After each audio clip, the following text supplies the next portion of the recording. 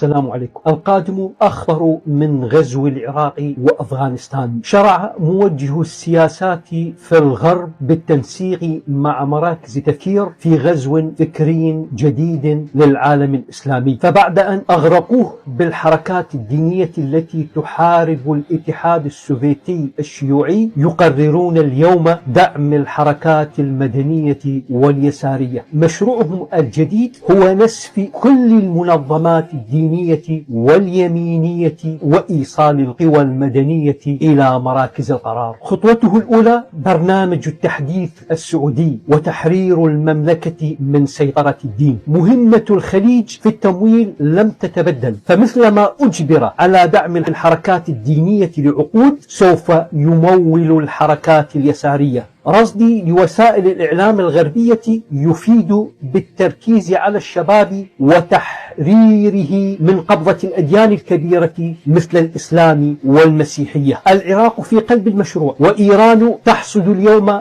بعض تداعياته، وأردوغان أدرك اللعبة فانسحب إلى الأتاتوركية. يعود الغرب إلى إطلاق وصف الرجعية على الأحزاب الدينية لا سيما الإسلامية منها. مئات المليارات من الدولارات رصدت لتحرير المجتمعات من سيطرة المؤسسات الدينية التي يجب أن تعزل حتى عن الحياة العامة، كما حصل مع المسيحية في أوروبا. يزعم معهد بلير أنه سجل زيادة في فصل الدين عن السياسة بين العراقيين من 54% في العام 2004 إلى 80% العام 2016. تأمل.